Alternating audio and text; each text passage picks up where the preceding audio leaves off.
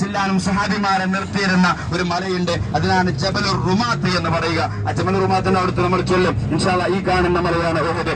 അതുപോലെ മറ്റൊരു പ്രത്യേകത കൂടിയുണ്ട്.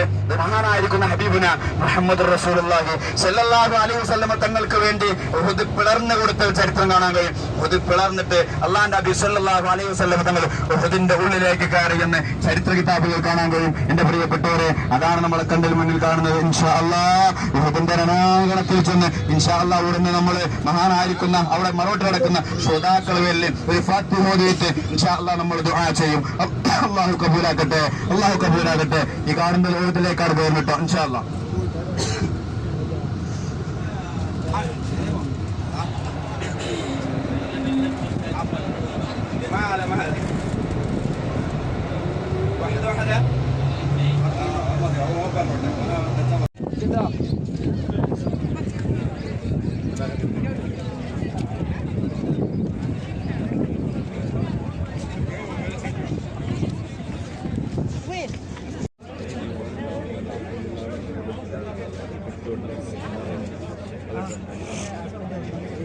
എല്ലാവരും എത്തിയോ?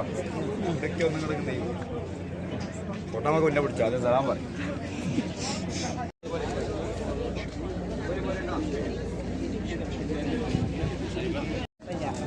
അത് നമ്മള് അവിടെ ഉണ്ട്.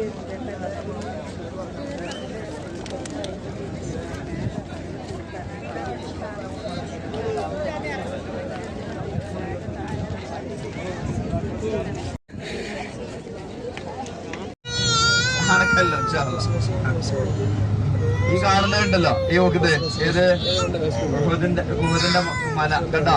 ഈ മല നാളെ സ്വർഗത്തിൽ കാണാനുള്ള നമുക്കൊക്കെ തൗഫീഖ് നൽകട്ടെ. അല്ലാഹുവിന്റെ മുത്തഖീകളിലും മുഖ്ലിസീങ്ങളിലൊക്കെ അല്ലാഹു നമ്മളെ ഉൾപ്പെടുത്തി അനുഗ്രഹിക്കട്ടെ ഇൻഷാ അല്ലാഹ്.